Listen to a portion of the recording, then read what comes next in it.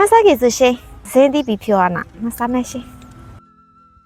အားလုံးပဲမင်္ဂလာပါရှင်ရိုးရိုးလေးကချင်း channel ကနေပြန်လဲကြိုဆိုလိုက်ပါရရှင်ဒီနေ့မှာတော့ဆရာအိမ်မာလေးဖွယ်ဖွယ်ရာလေးတွေချက်ပြီးတော့ထမင်းစားကြမယ်ပေါ့နော်ဒီနေ့ဘာဟင်းလေးတွေချက်မလဲဆိုတာဆွေနဲ့အတူတူလက်ကြည့်လိုက်ရအောင်နော်ဒီနေ့ဆရာအိမ်မာကန်းချီရအမျိုးတွေရောက်နေတာဆိုတော့ရှက်တွေပါလာရပေါ့နော်ဆရာရှက်နဲ့ဒီဟင်းချွေရွက်နဲ့ကိုကြော်မှာပေါ့နော်ဟင်းချက်ဖို့အတွက်ဟင်းထဲမှာထည့်ရမယ့်အပိုင်းပစ္စည်းလေးတွေကိုဆွေအစင်သင့်ပြင်ထားလိုက်ပါရရှင်ကြည့်ပါဦးဂုံးလေးတွေကလေအခုမှကောက်လာဆိုတော့ဖြူဖွေးပြီးတော့တန့်နေရပဲ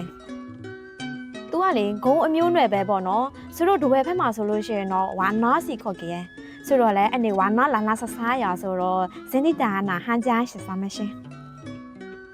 ဟင်းချက်ဖို့အတွက်ဟင်းချိုရွက်လေးတွေကိုရေဆေးပြီးတော့ပပလီးထားလိုက်မယ်နော်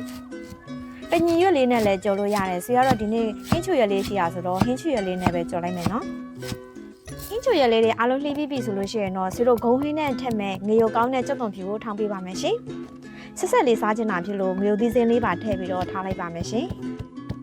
အားလုံးညက်သွားပြီဆိုလို့ရှိရင်တော့ဆီတို့ဟင်းစားချက်လို့ရပြီပေါ့နော်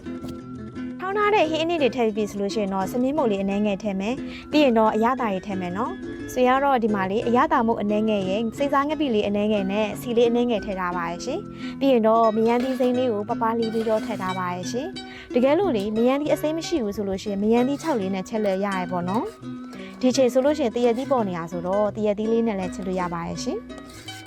ဆိုတော့လေရေမထည့်သေးဘူးပေါ့နော်ဒီမှာသူ့ထဲကထွက်လာတဲ့ရေလေးတွေကိုအရင်စူအောင်အရင်ချက်လိုက်တယ်ပေါ့နော်ပြီးတော့မှဆိုတော့ရေလေးထည့်ပါမယ်ရှင်ရေလေးထည့်ပြီးပြီဆိုလို့ရှိရင်တော့ဆိုတော့စူတဲ့အထိချက်ထားလိုက်မယ်နော်အနက်လေးမွေးအောင်လို့ဇပလင်လေးကိုထုပြီးတော့ထည့်လိုက်ပါတယ်ရှင်ဒီမှာလေးပင်စိမ်းတို့ဘာလို့ထည့်လို့လဲရရပေါ့နော်ဒီလိုပို့ပဲဆူလာပြီဆိုလို့ရှိရင်တော့ဆိုတော့အရသာမြည်ကြည့်မယ်နော်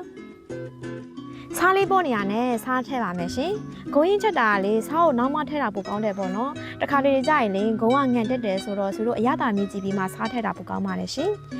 အရသာလည်းရပြီဆိုတော့ဆိုတော့ရဲ့ဂုံဟင်းလေးကတော့ချက်ပါပြီရှင်ဂုံနဲ့ဟင်းချို့ရဲ့ကိုကြော်ဖို့အတွက်လေကြက်သွန်ဖြူနဲ့ကြက်သွန်တွေကိုစီအရင်တက်လိုက်မယ်နော်ပြီးရင်တော့ဂုံထည့်ပြီးတော့ကြော်လိုက်ပါမယ်ရှင်ပြီးရင်တော့ဆိုတော့အရသာလေးတွေထည့်မယ်နော်ဆရာတော့လေဒီမှာစားလေးနည်းနည်းထည့်တယ်ပြီးလို့ရှိရင်တော့အရသာမို့လေးနည်းငယ်နဲ့ခရုစီလေးထည့်ထားပါတယ်ရှင်ပြီးရင်တော့ပပလေးထားတဲ့ဟင်းချိုရွက်လေးကိုထည့်ပြီးတော့ကြော်လိုက်ပါမယ်ရှင်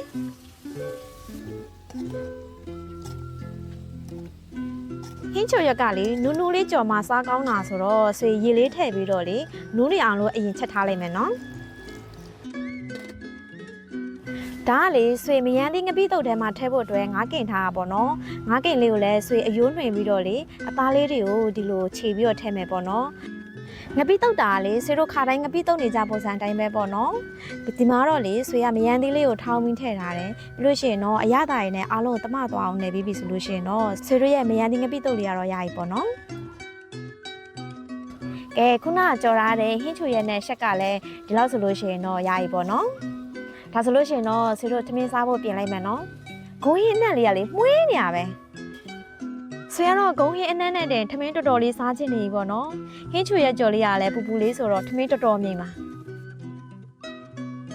ကဲဒီနေ့ကတော့ဖွယ်ဖွယ်ရာလေးတွေချက်ပြီးတော့ထမင်းစားကြမယ်နော်မဆာကေစရှိ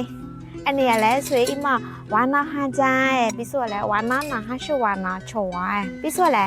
ဇင်းဒီပြီးပြောနာမစားမရှိအနေပြရှာတော့ရောမိုက်ကြော်ပဲရှိရဆိုတော့ရောမိုက်ကြော်နာပဲတူမယ်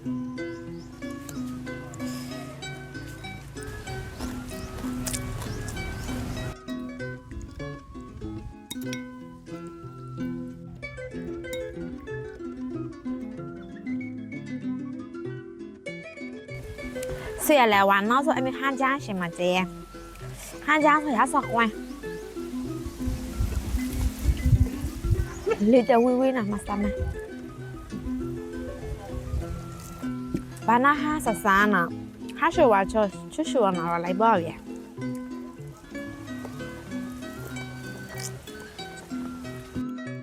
ဟင်းချိုရဲ့ကြော်လေးရလေးစစ်စစ်လေးနဲ့တော်တော်လေးစားလို့ကောင်းတာ